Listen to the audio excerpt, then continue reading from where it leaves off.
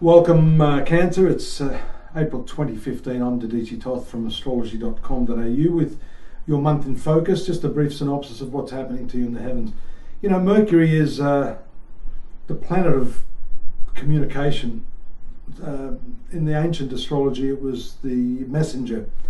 And in a sense, this is pretty significant for you this month, having that planet move to the upper part of your horoscope, showing us that messages, information, communication, emails, telephone calls, all that sort of activity is likely to take place here, and in a very, very powerful way.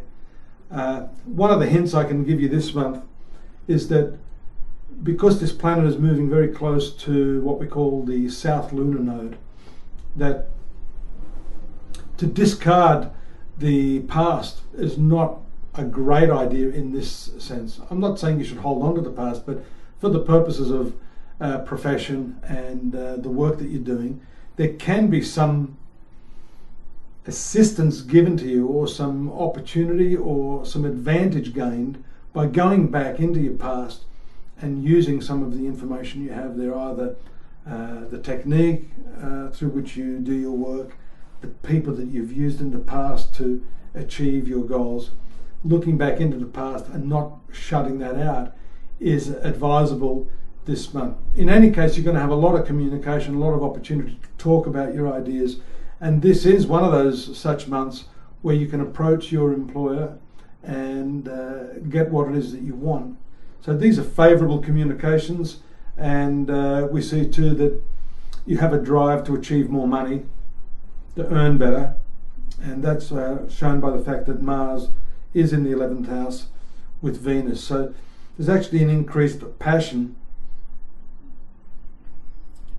that is directed specifically to the people that can open up doors to you throughout this month. You know, on the 4th, there's a full moon in the 4th sector of your horoscope. That's your domestic sector. And that has a lot to do with shining a light on those emotional issues that may be plaguing you on the home front.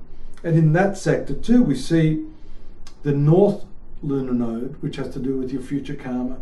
And so these two things are very much tied in with each other. The moon, of course, being your ruler, and the nurturing, mothering, affectionate and emotional planet being there in the 4th sector.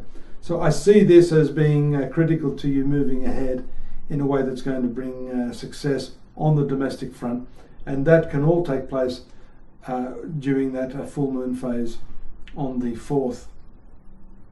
On the 6th, Mercury, again that planet in the 10th house, between the 6th and up until the 15th really, is where that planet's going to dominate your life. So communications, messages, all sorts of activities surrounding your work, with the exception of that full moon in the 4th house, which still in a sense too has quite a bit to say about educational matters.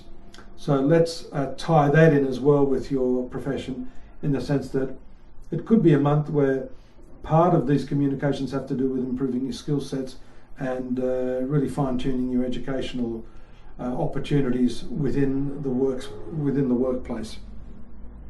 When Mercury moves to the 11th house, very different story. We see the socializing part of your nature coming to the fore, and you need some relief there from all of the intense professional activities that I see there. That's on the 15th, and that will take over 3 weeks to go through there. So what we see there is more fun, more entertainment, the opportunity to associate with groups and clubs, and to really enjoy good company with people that have like-minded sort of interests.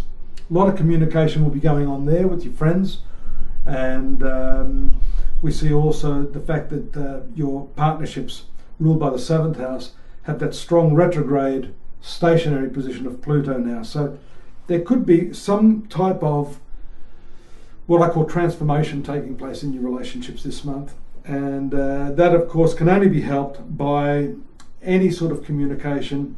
You have to be prepared to open up, and unfortunately some of you born under the sign of Cancer tend to bottle up your feelings. This is a time when you can practice communication for the purposes of revitalising your relationship and moving that forward. And that's also shown on the 22nd by the strong and positive influence of Mars on Pluto, Mercury on Pluto on the 22nd as well, and the final, what I think a very important aspect of the conjunction of Mercury to Mars on the 23rd. Now, thereafter, you might have some difficulties if you're too forceful in what it is you want to achieve in the relationships. Listening is an art, and in fact I will leave you on this interesting note that the word listen and the word silent have exactly the same letters in them. So that's something to ponder over till I see you next month. But don't forget, astrology.com.au for the more detailed analysis of your daily, monthly and yearly horoscopes, along with the oracles, and plenty of free stuff there. And naturally, we have myself and dozens of other practitioners ready and willing and able to help you with your specific personal problems. Take care till next month. Bye-bye.